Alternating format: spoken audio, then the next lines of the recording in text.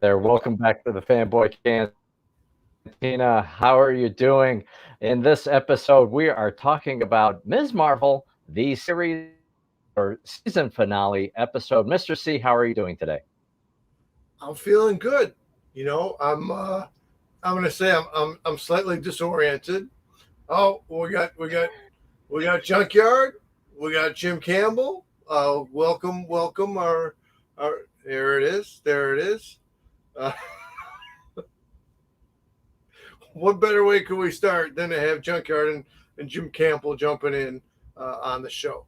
I would say I'm two little notes as we're getting started here. One, last time we were both together in the summer studio right here where I'm sitting now, and now we're back to our more regular setup. And I realized there's a bit of a difference between starting a show outdoors at 8 p.m. and starting a show outdoors at 9 p.m. So we're a little bit darker in the background, but that's all right. And the other thing I noticed when we were both sitting here in the Fanboy Cantina Chicago Summer Studio, we were on the traditional side. You were on that side, I was on this side. And right now I'm just adjusting to I'm over here and you're over there. But you know what? Let me adjust. Yeah, now, well, I had it. So for everybody, I had a technical problem. I had to jump off the stream and came right back. And so that's why I should turn this way. Hi. So that is why it is this way. Anyways, so thank you all for joining. In this episode, we are talking about Ms. Marvel, the season finale episode. And I think we can just dive right in. Mr. C, what was your feeling about the season finale? Well, actually, because it's been a while since we last chatted, we could talk about this more broadly. But what did you think of the finale episode? Well, we spoke on episode 1, we spoke on episode 2, and then we had a mini time away from the standard content of the channel. So episodes 3, 4, 5, and 6. What's my common denominator between all those episodes? Here's a few common denominators. Let's start with I really, really enjoyed the show, and it is again both Marvel consistent and it has a distinct voice unto itself, which I'm enjoying and appreciating. And then my other structural note of enjoyment that I've been having with watching the show is, let me just evaluate it on its own right. I was about to say in terms of comparison to the other shows. In its own right, Ms. Marvel does such an outstanding job of setup and wrap up, or call and response, or build up and payoff. Like over and over again, they are sticking the landing on both within the same episode and then across episodes. It could be something set up in episode 3 that pays off in episode 6, or something that is set up within whichever episode it is and pays off within the same episode. So once my gears started turning in that direction, I'm like, oh my gosh, like production wise, did they just set up their board on the wall, and or was it a giant video board or whatever it is, and were they just highlighting payoff and or setup and payoff? I'm very impressed by the writing structure, the plot development of the show. What do you have to say? What's your gloss over note on episodes 3 and 4 and 5 and 6? Well, so my gloss over my review, I think of that back half. 4 and 5, I feel like there is a Disney Plus MCU formula where you in the beginning you're in one particular location, and then there's an episode where you kind of don't see the heroes for a period of time. And that was kind of my beef about Moon Knight, where you didn't get a lot of Moon Knight, I felt, anyways. You got a lot of the different personas, but in terms of Moon Knight, in a show called Moon Knight, did not feel like it delivered that much. That said, with Ms. Marvel, We got some of the same kind of devices where in episode 5 the focus is on the partition, actually, on the history and the story of her own family, actually. And so actually with 4 and 5, and there was a different director for those episodes, felt like it lost a little bit of the heart of the series that we had seen in episodes 1 through 3. But then in episode 6, it comes back again in that last third. In the front 2 thirds, again, I feel like there is a Disney Plus MCU kind of thing where it's going to be this bombastic whatever thing. Maybe it's going to make sense. Maybe it's not going to make any sense. And so we got that device in the front 2 thirds, but in that last third, it gave me back what I was looking for, which is the heart of the series. See, and then coming home to that heart was a beautiful place to hang your hat. Yeah. And Blue Sasquatch, yes, this is live. Yes, we Blue, are welcome live. back. It's been a minute. Can we go out of sequence then in the photos, because I believe we Sure. have the Blue Sasquatch targeted a photo to display. Blue, in honor of your standard question, there we go on the signboard. Is this live? Once again, let me peek off to the side. I guarantee we are not Memorex, Blue. We are live. Awesome, awesome. Um, well, I think we covered the overview piece. And if you're whether you're watching live or if you're watching later, post in the comments because we'd love to hear from you. What was your feeling of the best parts of either the back three or the series, the season finale episode? Best parts. Oh yeah. The best part of this moment in which we're doing the show right now is Blue Sasquatch chopping us four exclamation points. But back to the show which we're reviewing, there's a lot of best parts, Again, we've been saying, man, you gotta hit us in the email so we know where to send the coffee cup, Blue. It doesn't. The physical coffee cup is just not gonna manifest through the cloud. Loyal viewer, we're Fanboy Cantina at gmail.com. Get us your stuff, and that coffee cup's on the way, pal. I've been itching to send you a t-shirt and or a coffee. I think we actually don't know how to do the coffee cup thing, but in any case, yes, send your contact information. Yeah. All right. Best parts. Best parts. Again, in the earlier works, again, she the character, Ms. Marvel, Kamala Khan. We were noting that she was grounded in. Oh gosh, we noticed that we noted she was grounded, then established within her family, within her school setting, within all her different environments.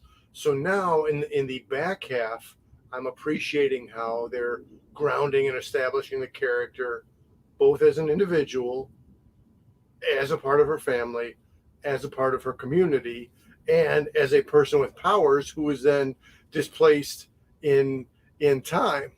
So that was episode 5, where through the impact on the bangle, there was some time displacement going, and so then again that gave us some actual real world history context of how did the split or partition between India and Pakistan come to exist, and how did that affect families, and how did that affect Kamala Khan's family. So there's my first example off the bat.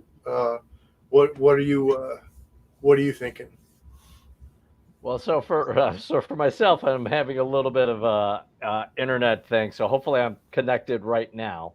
Um, for me, a highlight is actually the family. I really love the family dimension to Ms. Marvel. This is a great family show. I had a great time watching it, and among my highlights is actually I believe the mom is Muniba and the dad is Yusuf, they are in this superhero genre. You don't have many families really, or either a functional relationship or a mom and dad that are still around, right? You don't have, you say, uh, the parents of privilege, like with Batman, or who are dead. Or you don't have that kind of. I mean, you've got that example. You have obviously the Uncle Ben story when it comes to Spider-Man. Here we have two parents that love their their family, and it's so refreshing. I had such a wonderful time seeing that. And we are of a certain age. I think Kamala is older, I think, in the series than my own daughter. But I related to the parents here. Actually, if I were younger, I think I would relate to Ms. Marvel more. But in this case, just seeing that relationship and the moment that Yusuf and Kamala have on the roof, and Yusuf sharing the story of her name and what it means, all of it just coming full circle for the show. I loved it immensely. That got me in the heartstrings. So broadly speaking, I think the whole family dimension worked for me really well. I agree that in my own conceptualization of it, and then as you were speaking, new things popped in. Uh, I've compared the character to Peter Parker and Spider Man, and that'll continue to be my Sure. process in seeing the similarities and differences. Now, I thought instead of just one singular Aunt May, we had like a whole community of Aunt Mays around, about her mom, her dad, the extended family, the the people from the mosque.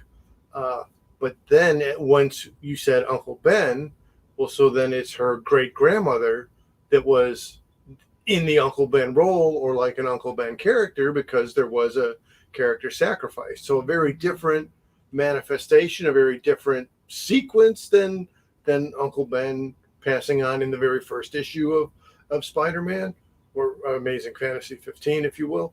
Uh, but yeah, it's so interesting. The push and the pull, the trying to establish independence at that age versus have a supportive family. So it's got shades of the Parkers. There's plenty of other quality TV programming could be compared to it. When we were having the three generations of the ladies involved, it was striking me as similar to Gilmore Girls. Then you got young Rory, and then Lorelai, and then the mom or the grandma figure there. So that it's I'm on board with what they're doing. Yeah, that was such a touching moment, right? Where you see the three generations together, and it's just every now I'm not going to say every episode. Generally speaking, I felt like the series stuck the landing on each one. There was a reason to still keep watching, a little bit of a cliffhanger, motivating you to go to the next. I really enjoyed the how it was structured. Going on with what you were saying, just the payoffs, and how they approached it. Yeah, it worked very well for me. Now, I had one other thing that's maybe not exactly within the payoff setup structure, but uh, again, going back to that four generations back to the great grandmother. Uh, so right here's a guy in his place and time, and he looks across the field, and he's mesmerized, and all that. And so then, to me, that was so completely similar to the Aquaman movie, which I know is not your top picture, but this piece of it, I think, is an interesting overlay or similar dynamic. So here's a regular, quote unquote, a regular guy, and the female character from another place, be it Atlantis, or be it from whatever the name of the dimension of the Jinn, whatever the name of that dimension is, comes into his life, and then they have a very special connection, and then they have a child, and then because they're of two worlds, interference comes to pass, and then they have to separate. So that was exactly the story of Tom Curry and the Queen of Atlantis. That's a great callback. That's a great callback.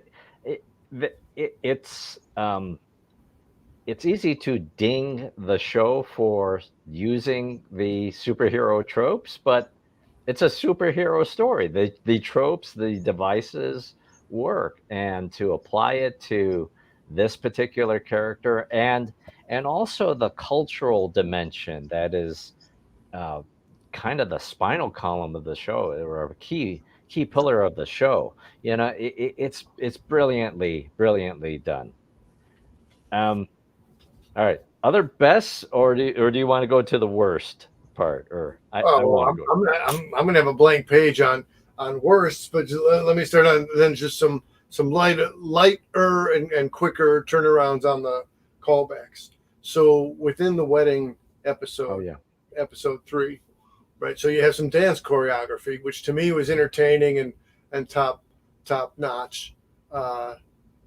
Then, like within the story, shortly after the dance choreography, there's fight choreography, and it's come out right. She did a rescue in the previous episode, but here's her first physical conflict with an opposing figure. So dance choreography to fight choreography, setup and callback, and then the band was Brown Jovi. And then shortly after you see the band Brown Jovi, we're listening to, the characters weren't hearing it, but we as the audience are hearing it, actual Bon Jovi. And then come over to episode 5, and in Karachi, they're looking at the pictures of the mom when she was younger. And so she's roughly, give or take, our age. So that was how people, her youthful picture was how people looked. We have an unexpected guest of a moth has just entered the summer studio, so we'll have to figure out how to handle the moth. But then then the grandmother saying about Bruce Springsteen, and then the mini said, "Oh no," but it was Bon Jovi that they were following. So now from the episode 3 to the, I think it was episode 5, then there's the Bon Jovi callback. So just right there, that's subtle and that's it. It's carving out a distinct personality for the show, and I'm there for it. actually, the grandma says Bruce Springfield, which I thought was brilliant, I didn't pick up absolutely on that, but wonderful. yeah, because you could be on Rick Springfield or you could be on Bruce Springfield. That's right. Well, and Rick Springfield, he has a song called "They Call Me Bruce," and and so it's Rick Springfield talking about how often he's confused for Bruce Springsteen. It's a funny song, and it's a good song too. I thought that was the name of the one post Bruce Lee movie. Yes, They Call Me Bruce is also a funny movie. It's a little offensive, but in 2022, but a good in its day. And yeah, Blue Sasquatch said, I don't like the idea of multiverses. What are your thoughts? I actually really liked what happened in episode 5, where you see that the story of Sana, or the grandmother, and how she was reunited with her family, following the stars, and then we see that it was actually Kamala that did that. It was, and so we were staying within that universe as opposed to the multiverse kind of thing. This treatment really worked for me. I liked that Back to the Future ish type of thing here that actually worked. I do have that concern about the multiverses and how complicated this is going to be. Does it just mean you can retcon everything and anything? You can yank a character from this universe and bring him into that one, or him or her into that one. I do have some concerns. What do you think, Mr. C? Well, I would say for Blue, feel free to type a little bit more on your distaste for multiverses in there, just so we can see exactly what your process or your response is. I think a well done multiverse to me is entertainment and good stuff, and but there's so many multiple ways you can interpret on the multiverse. If we're going back to the paper comics, the what if issues were all about other universes, or creating the possibility of multiple universes. So a lot of what if stories back in the day I enjoyed, and I did, you know, you could say that in its own title, Doctor Strange Multiverse of Madness oversold the idea of how multiverses would come together. There was some multiverse business, but not like a madness of multiverses. So, when it's done well, it's enjoyable. And but yeah, definitely, whether it's a singular universe or multiple universes, if it just doesn't come together, then it just doesn't come together. Yeah, I mean, we've already talked about Doctor Strange and the Multiverse of Madness. We saw different movies, I think.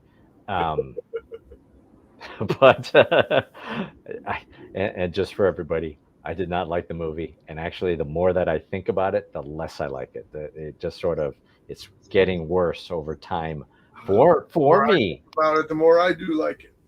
Yeah, yeah, yeah. So, um, in any case, okay. Worst pieces for the finale. I'll say this.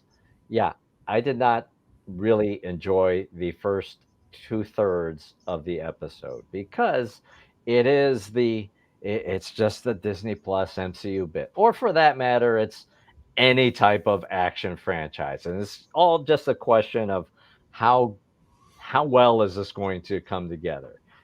What we got with this one is it's just a whole series of kind of happenstance things. Oh, why are we going to go to the high school? Oh, because nobody's going to be there on the weekend. All right, fine. Zoe needs the theater lighting for her TikToks. Yeah, why is Zoe? Yes, why is Zoe here? Oh, because the lighting's better. It looks kind of dark in that school, but fine. Why is the brother here? Oh, because I used to go to school. Come on.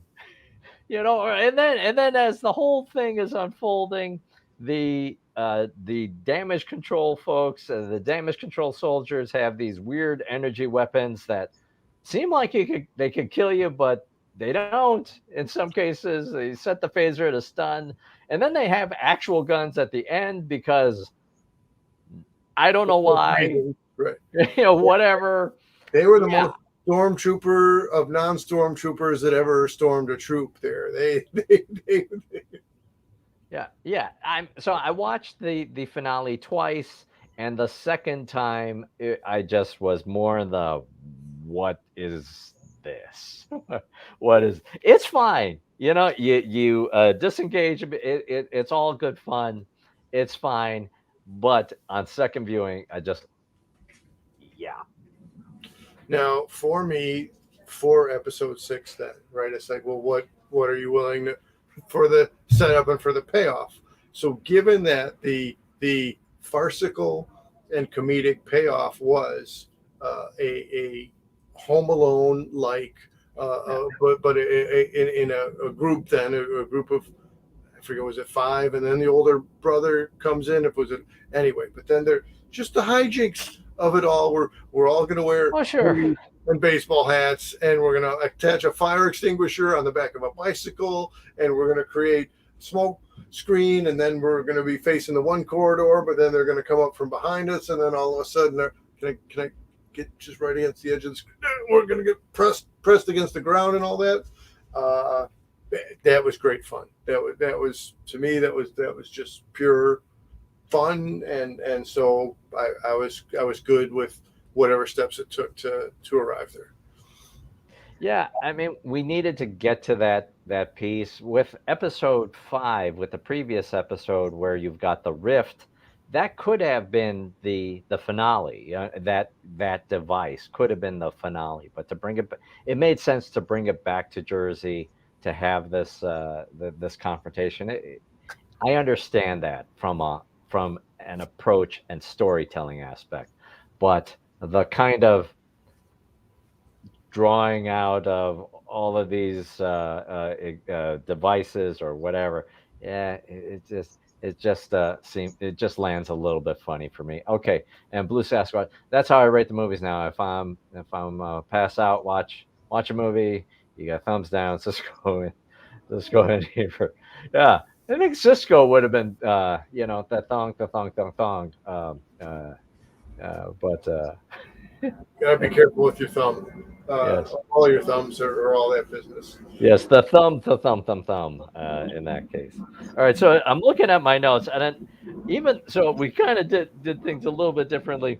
I have this whole quadrant of other series impressions and thoughts here. Oh, Jim Campbell Campbell coming in. writes, "Do you think Ms. Marvel will be in the Secret Wars upcoming show? What do you predict her future will be?" And You then know, and just clarification, a secret invasion. Yeah. well, it wouldn't be Jim Campbell if he wasn't calling on us to speculate.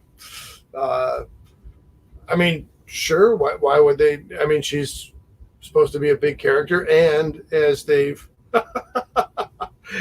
traditionally flipped back and forth with having Blue's like, we can't give away the secret. I love it. You can't get better than the Blue and Campbell banter. Uh, you get Captain America in the Captain America movie, and then you get Captain America in the Avengers movie. So similarly, I would suppose Captain Marvel in her own movies, and then Captain Marvel in whatever's pending on the horizon for Secret Invasion, Secret Wars, Secret. I got a secret. What do you think? Yeah, with Secret. So Secret Invasion is the Skrull story, right? That. Yeah. Yep. Okay. And those scrolls are out there, so they're talking about setup and payoff. For all that scroll setup, there has to be some scroll payoff. Yeah. I don't know where this is going to go. I'm very interested in the final screen that we see is that Ms. Marvel will appear in the Marvels. I actually was hoping that because I don't know when the Marvels is supposed to come out, I was hoping that we would see her again very soon because I've so much enjoyed this character. I don't know what the payoff is going to be with Secret Invasion. Are we going to learn that Black Widow was actually a Skrull, and then Scarlett Johansson is going to come back again? I don't know. Well, okay. So earlier today, I was watching an older episode of the John Campea show. One of the top movie YouTube channels, and his partner and co-host is Robert Meyer Burnett. And so RMB says in a playful, teasing, anticipation building that RMB has direct knowledge that there is, according to RMB, Robert Meyer Burnett, there is one major Marvel character, at least one major Marvel character, who is in fact a Skrull, but the reveal that they are a Skrull has yet to be revealed, but he's not naming names. So on one hand, that's no surprise at all. That's not rocket science for RMB to put that together, but he's saying he's got it confirmed. So, I mean, no surprise, but it's still, to me, that confirmation, we're one step closer to seeing it all come together. Yeah. And just in the comments with Blue Sasquatch, that's a nice coffee cup, Mr. C. Thanks, I Blue. actually had not noticed. I'm still on my 4th of July way, so this is a JFK quote here. One person can make a difference, and everyone should try. This is my top coffee cup of all my coffee cups. It's a treasured item. Thanks for noticing, Blue. Jim Campbell says it just seems like she has the fresh perspective like Peter in the Marvel movies. That's exactly right. She's a fresh-faced kid. She's a bit naive, but not blatantly overly naive. She's age-appropriate naive, but on the upside of that scale of having a degree of naivete is she's full of hope and dreams, and she's been idolizing within the character. She's been idolizing Captain Marvel, Carol Danvers, so much for years, and now all of a sudden, right, it's a dream come true for her. At one point, she was like, they didn't say it exactly this way, but she's like, what would Carol Danvers do? Or maybe I'm paraphrasing. I didn't have specific quote there, but so that's her how her mind works. Now that I have some kind of powers, how am I going to handle this like Carol would? Yeah. Yeah, and maybe we can hop to kind of a mixture of our next topic of overall series impressions and would you like to see a season two? I thought Iman Vellani was perfectly cast in this show. She is just wonderful. The energy that she brings to it, and also her own background. When she was a kid or a teenager, she's not that old, but so when she was a teenager, she used to dress like Ms. Marvel, and that picture is out there on Twitter, out on the internet, where she herself was dressed as that character. And so I think there is so much of her being brought to life in her rendition of her performance as Ms. Marvel, and it just works so exceptionally well. And she is the reason why I would love to see that. I want to see more of this character. There's layering and there's art reflects life. Mhm. So the character of Kamala Khan is enthusiastic about the character of Carol Danvers of Captain Marvel, and now the actress Iman Vellani is enthusiastic about the character of Ms. Marvel. So that's just to me an awesome pyramid stack of energy and dedication and a will to manifest this character in the best possible way. Very nice, very nice. And so and so I think I fessed up to this. I have the trade paperback along with or one of the trade paperbacks from Miss Marvel, along with a stack of other comics, among them things that Mr. C has given me for Christmas, and yeah, I just have not gotten around to read, reading. And Campbell, I long ago read some issues, and I would have been a better preparer if I had brought those together and reread them. I did not do that, so Campbell, maybe the next time we hit a shop around town, we'll grab a trade or two on Ms. Marvel. So, would you like to see a season two of Ms. Marvel? You did pitch that question, so Yes. as we now work in our Yeah, yeah, comments from yeah. the That's comments right. and return to things.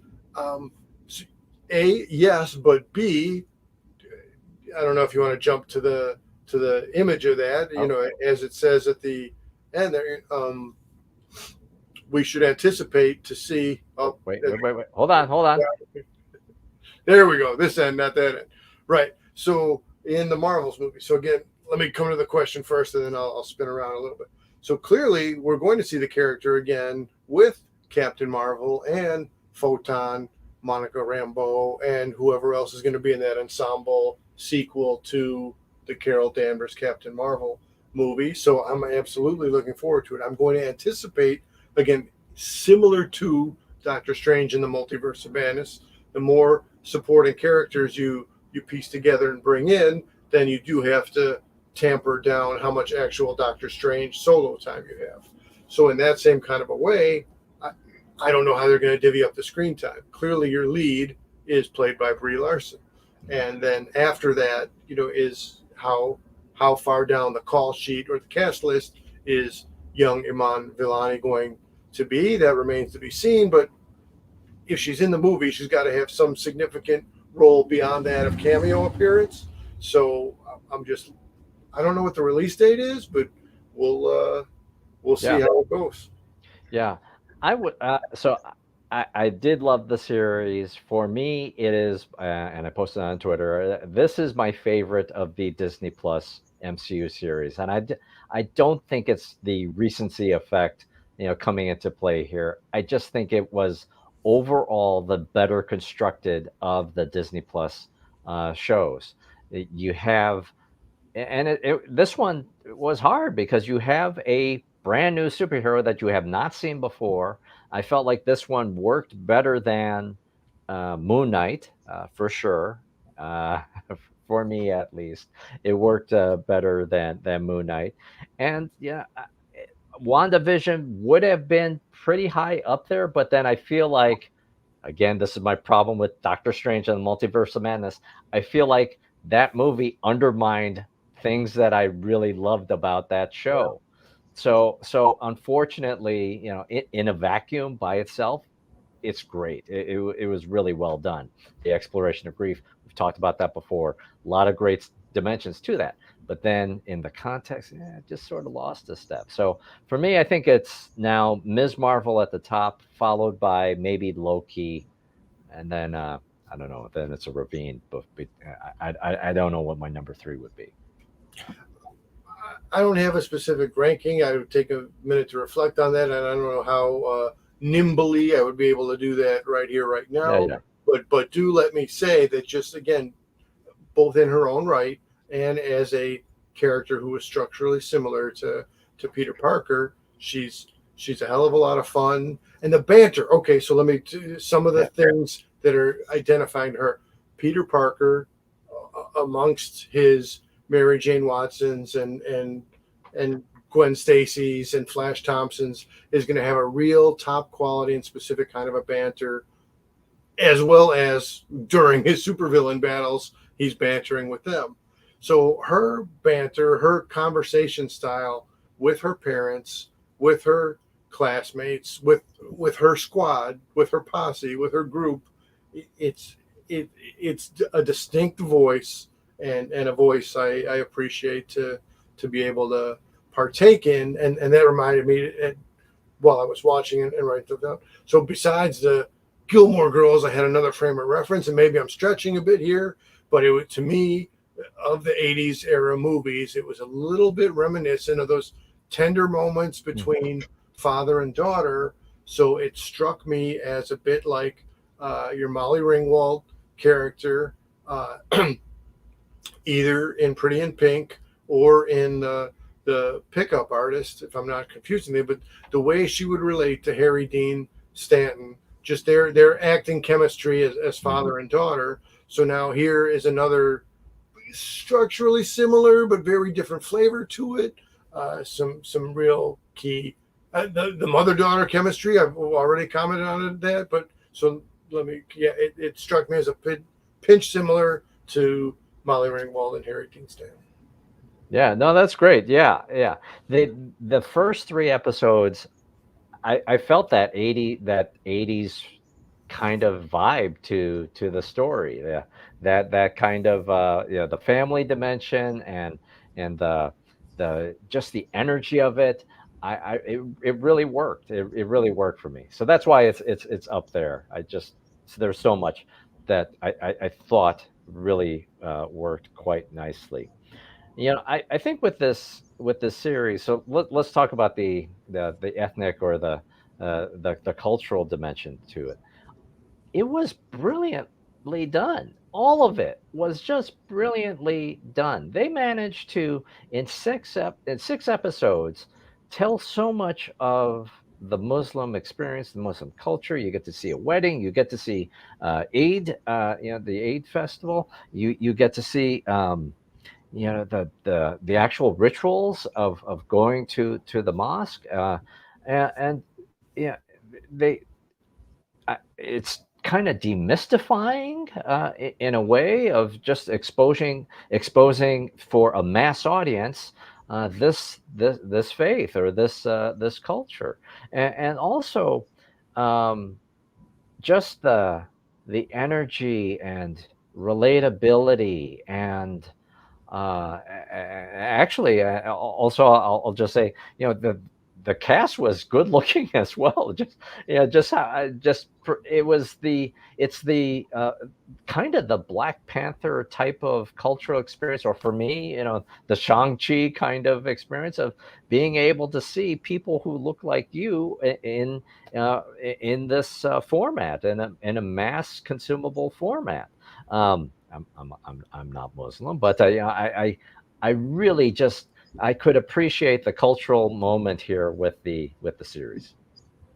But just as a quick side note, in current times, Yeah.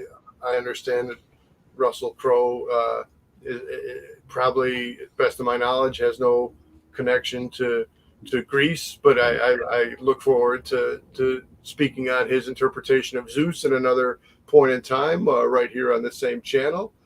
But yeah, I felt like, again, there was there, you got your Scooby Doo gang, you got your Buffy the Vampire Slayer squad, you got your teenage X-Men, you just, it felt so natural and organic and authentic dialogue.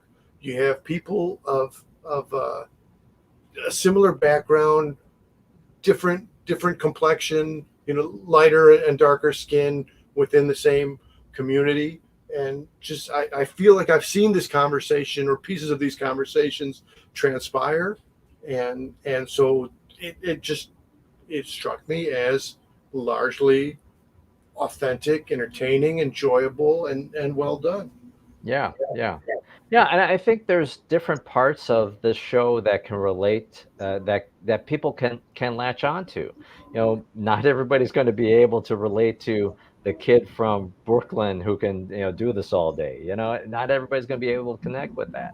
Uh, in this one, I've read articles where, it separate from the Muslim dimension, you've got the immigrant parent, second generation family piece that's true for, for people who are in that, or have a similar family type of setup.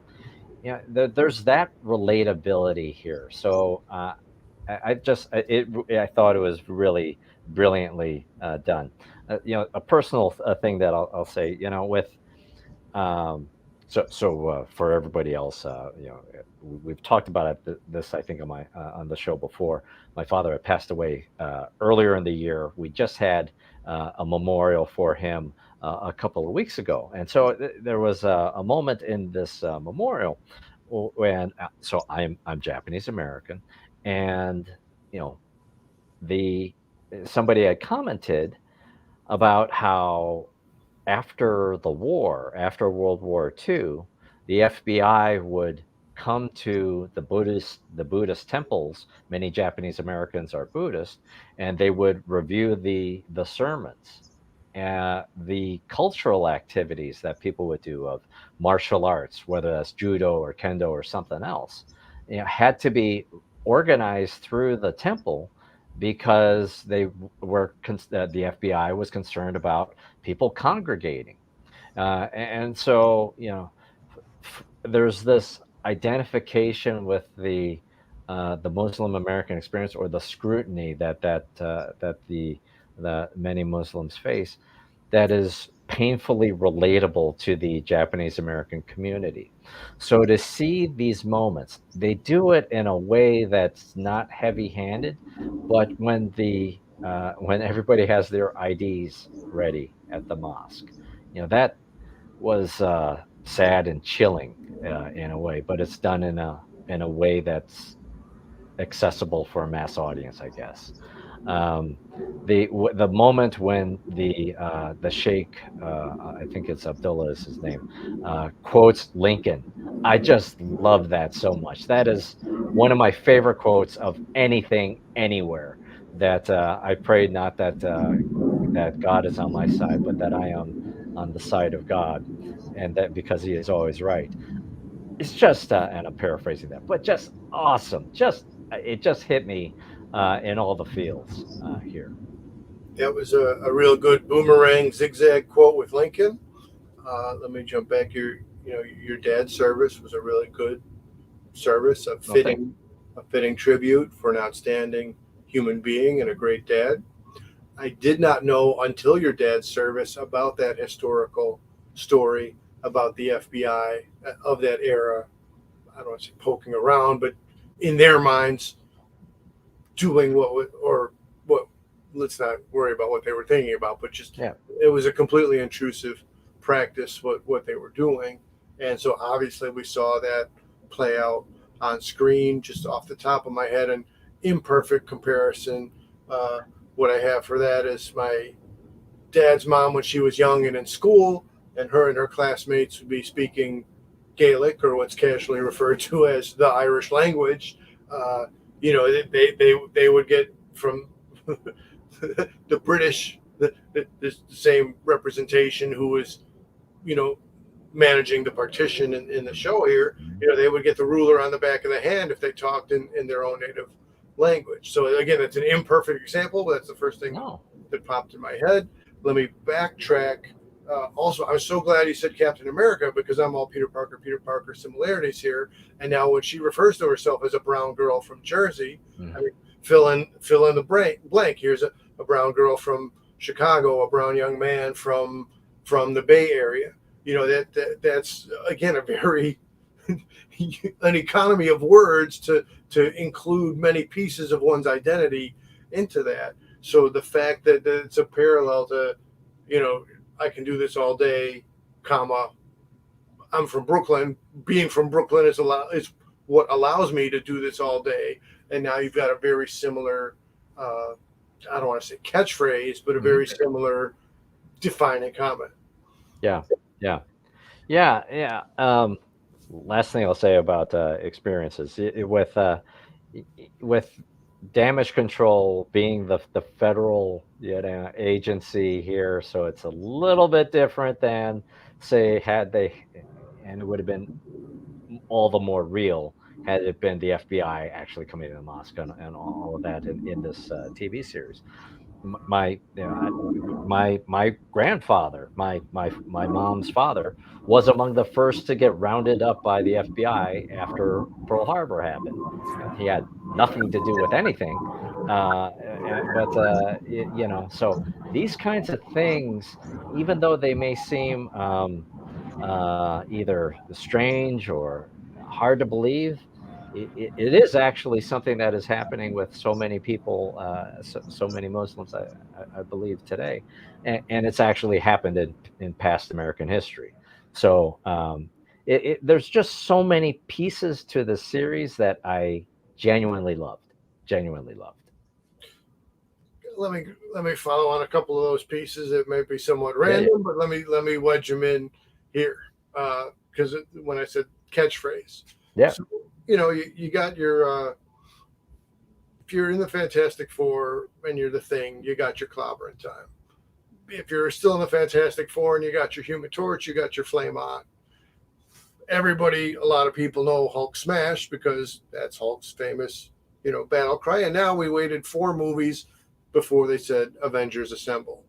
But now here, I'm pretty sure it was till episode 6 where young Ms. Khan stated the word embiggen. And so going back to Campbell's question, I don't remember so much about reading the actual comics, but absolutely that's her thing. I don't know if it's exactly her battle cry, but it's for sure her catchphrase or her thought process. Embiggen. Her powers manifest a bit differently in the comic than they did in the show, but it was pretty cool to. That was the equivalent. that was cool. Getting that in the final episode, the approximate equivalent of waiting 4 movies before you hear called out the words Avengers Assemble. And now as far as relatability, right? So it was, if I understood correctly, it was her first trip out of Jersey into Karachi where the grandmother was living. And so then, right, she's got the car window down and she's like, the wind is blowing in her hair. And just for me, that took me back to getting off the plane after 10, 12 hours, I think 12. It's been a minute since I've been on a plane, and just seeing the sky and the buildings in Athens, and I was just so watching young Kamala Khan face in the car window, the way they established the shot. I was like, but that to me, that exactly took me back to like I feel like I'm home in a place where I've never been before, and I just very much appreciate. I would be curious in the writers' room. I got to figure because somebody had that similar experience of their own is how that got to be written in as that scene. But wow, that was short but sweet and really powerful to have that included. Mm. There's there's a theme, that not a theme, it's an echo more. In Shang-Chi, there's a moment where, what is it, the comedian's Ronnie Young, I don't remember that. I feel bad, but the comedian is speaking to Aquafina, in Mandarin, and Aquafina's like, I don't know what you're saying. And he says, "It's okay. I speak ABC," which ABC is American-born Chinese. He's able to speak that. And then elsewhere in this series, somebody says, "You're ABCD, American-born confused Desi," I think is how he translates.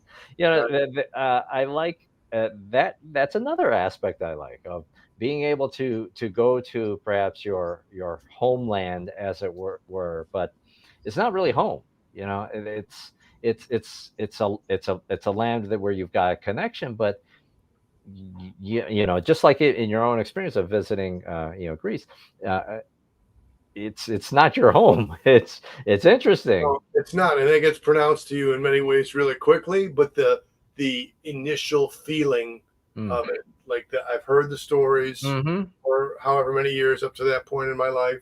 I've seen both travel photos and Mm. family photos, and so in that way, it's a kind of sort of homecoming. But yeah, absolutely. Then you get a first day or two under your belt, and it feels like home in a way, but it's made clear to you it's yeah.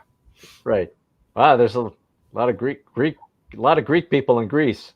It's that kind of feel like, wow, there's so many Japanese people in Japan. Go figure. It's just sort of, Yeah. yeah, yeah. Well, what else should we talk about, Mr. C? Well, I got a couple. I got one lighter point and then one bigger point. And I Yeah. see Campbell had a few minutes ago said about in the comics about that she Kamala was hanging out with Kid Nova. Again, that's territory I should chart into. It's unfamiliar territory to me. I'll say so. The finer point again. Now here's something that's not Peter Parker. Here's something that's just her. She had that sloth, the stuffed animal sloth, Yes. in the Argyle sweater, and she's all like, "It's not a stuffed animal; it's a napping pillow."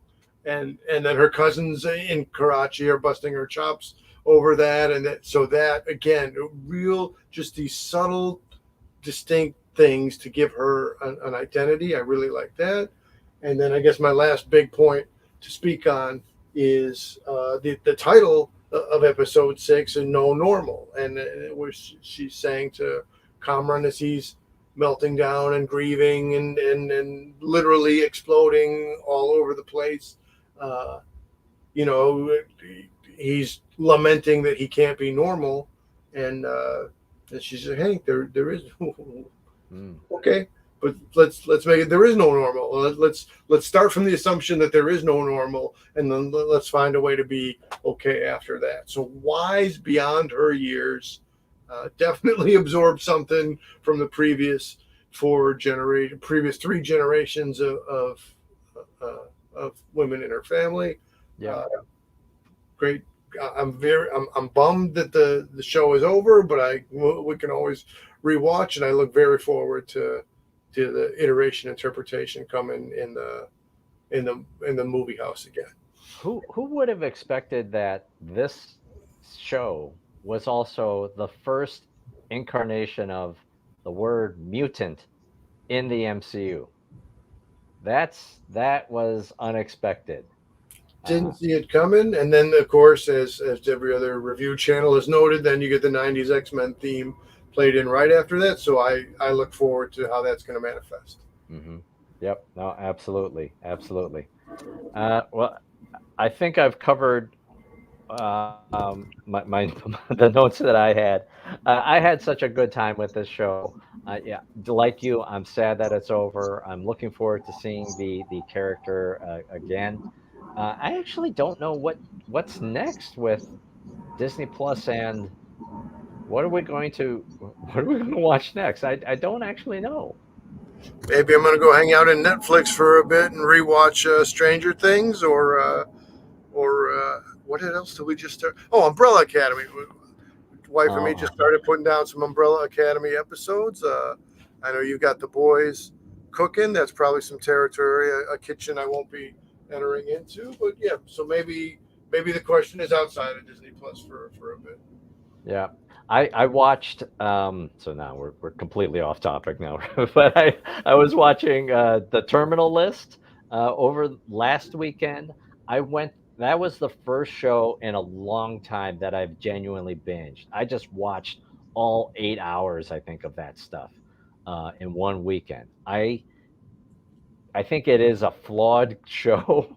I think there are some pacing issues, and if you ever watch it, Mr. C, we can talk about the show. But I think there are some structural problems with the show. But it was a good murder mystery, and not murder. Yeah, I get a good mystery show, and I did ultimately enjoy it. I did watch all the Stranger Things. I enjoyed that quite a bit, um, but. Yeah, I do think there's some issues with the series as well, but I did really enjoy that, and I can't go a day without hearing "Running Up That Hill." Like genuinely, it's like a functional thing. I have to listen to it now. Absolutely, we were well conditioned to appreciate the vintage Kate Bush material. That's right. Are you going to see Thor? I will find a way to get there. Yeah. There've been some I, other schedule. Again, we're amateur hobbyists. We're hobbyist amateurs here. Uh, we're not pro reviewers, but I absolutely look forward to getting to Thor and to commenting on it. I might get there tomorrow. I have some other stuff going on. I don't know if I want to see that or where all the crawdads sing. Um, uh, my my wife and daughter would like to see it. Uh, I think I listened to it on tape, but the audiobook. Anyways, uh, that one I might take a look at. Oh, did you see the Namor Art Design? Yes, I did. Mr. C, did you? It looked to me like it was billed as a leak, so I did see an image of it, but under the idea of it being a leak, then I avoided it. But if it was, Namor with a no shirt but a full on pants, uh, gamble. Uh, in many ways, yes. I mean, maybe they're the other side of the coin across the comic companies. Both really temperamental. Uh, both really powerful. Uh, so I'll take a better look at the Namor art design, Mr. Campbell, and you and me can speak on that off of the show. I Uh, didn't realize the cultural aspect to Atlantis, I guess, or the Namor show. I did not realize that they were going with uh, the Latino direction with this. But it makes sense that they would go that way as opposed to risking that it's going to be like Aquaman again. So that approach made sense to me. Just was not quite what I expected. It looks good. It looks good. I'm interested. for them to go in a different creative direction that is not Aquaman, I know that brings you comfort and relief. So good and good. Yes, yes, yeah, yeah. Maybe it's gonna be something like other things, like over time, maybe I'll enjoy Aquaman. Could be, could be In this world, no. But yeah, but maybe in a multiverse. in a different multiverse, I really love Aquaman. In this one, yeah. Wow. So there could be then hypothetically, conceptually, Uh, in some other universe in the multiverse where our equivalents are doing the show and Blue Sasquatch is there saying he doesn't care for multiverses and Sasquatch and Campbell are giving us their typical good banter between each other. that's right. In one of the multiverses, Blue Sasquatch and Jim Campbell are here. We got a Foursquare thing, which we could actually do. It could happen. That could we can pull that off. Yes, in a different, but anyways, in a different multiverse, I like Aquaman. Yeah, Actually, probably not. There's probably not a multiverse where that happens. yeah. All right. Well, we're at the hour. Thank you so much, everybody, for watching. And we always appreciate the comments in the chat. Or if you're watching later, we'd love to chat with you after the fact as well. I'm sorry for my lighting. I look very orange, very pink and warm because it is actually warm here in Northern California today. Uh, but Mr. C, always a pleasure. And it's great to see you. And it's great to see everybody out there as well. Yeah, likewise. We've been waiting for Blue to come back. So, Blue, good to see you again. Next time, I'll stay more relaxed about the coffee cup, pal. Good to have you on board, Campbell. Always good to have your input on the show and out of the show as well. Send it. Oh, what do we got there? Thor. Well, possibly. Possibly. I'll keep you posted. I'll keep you posted. No, that's a good idea. I'm not loving the reviews that I'm reading, which is kind of tempering my enthusiasm of seeing it, right. So for everybody, I got sick last week, and that's why I had the mask on. I did have COVID, no less, and I don't recommend COVID to anybody. Get vaccinated. I am vaccinated, and I still got it. But I think thanks to the vaccine, I was able to recover a little bit more quickly. And so that was the reason why I did not see Thor on opening night. Usually, that's my thing. I see it the Thursday that it comes out. In this case, yeah, I had some other things going on. And if Blue only watches us live only, I'll take that. But if as we're in the outdoor studio and Freddie Mercury takes a little cruise by, Blue, if you do watch some of our already existing work, then now we got Freddie Mercury in a plane. That's beautiful. Anyway, maybe that's a sign we should be wrapping up. Maybe. Blue, feel free to watch our previous release where we were in the same place at the same time. And the episode before that where we went through the how we built the Fanboy Cantina summer studio and did not soundproof it. All right. Let's get out of here. All right. So thanks so much, everybody, for watching. Do us a favor, hit the like, and if you have not subscribed already, do that as well. We do appreciate it. Thanks for watching. This has been the Fanboy Cantina. Good night. Thanks.